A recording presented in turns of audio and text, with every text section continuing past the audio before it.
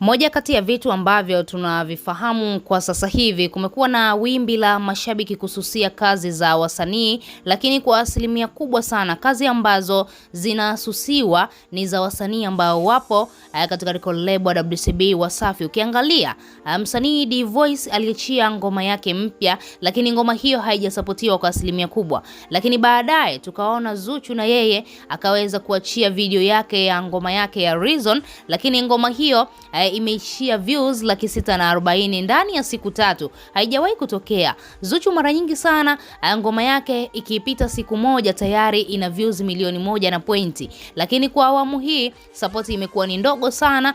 Ni kama vile wasanii wa record label WCB Wasafi wamesusiwa ngoma zao na mashabiki kwa asilimia kubwa sana kutokana na lile kosa ambalo CEO msanii Diamond Platnumz aliweza kulifanya la kuzungumza vibaya kwa mashabiki zao. Sasa kuna moja ya shabiki ambaye ameweza kucomment vibaya katika peji ya Instagram ya msanii Zuchu, na Zuchu akashindwa kujizuia na kumjibu vibaya sana. Huyu shabiki ameweza kucomment baada tu ya Zuchu kuposti ngoma yake mpya ya Reason kwamba watu waende wakaiangalie kule YouTube. Sasa huyu shabiki akamwambia, Mario anakuchechafya uko mjini YouTube, unatuimbia utumbo sisi wakati tunataka ngoma za maana. Ngoja Mario awakalishe kwanza, akili ziwakae sawa. Baada ya kuandika huo ujumbe msanii Zuchu akaweza kumjibu na kumwambia kwamba hayupo anayenichachafya nchi hii, niko kwenye safari yangu peke yangu, sishindwi wala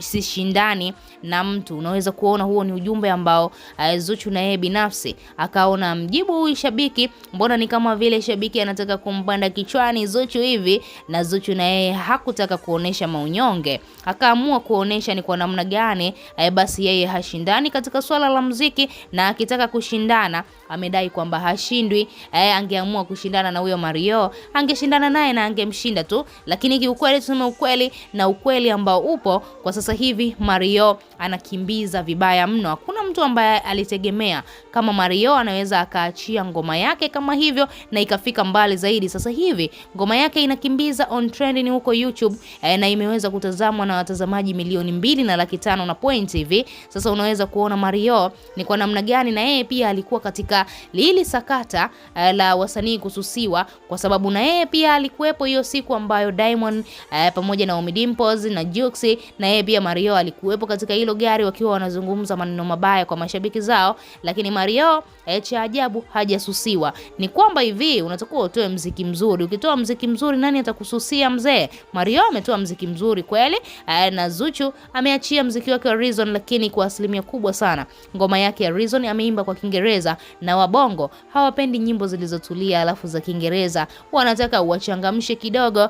Ukiangalia hata ngoma ya Amanda ilikuwa ya Kiingereza imechanganyika lakini ilikuwa inaeleweka. Sasa hii Reason ndugu yangu ya kubembeleza tu, mashabiki wameisusia, wameona ya nini, na bado tena wanakuja kumchachafia Zuchu na kumwambia kwamba Mario atawaeka sawa akili zenu. Wewe kama shabiki una lipi la kuzungumza? Tuachie maoni yako, lakini pia usisahau kubonyeza maandishi mekundu laandikwa neno subscribe, na usisahau kubonyeza alama ya kengele na utakuwa umejihakikishia kuwa mwanafamilia wetu na utapitwa na habari zetu za kiburudani.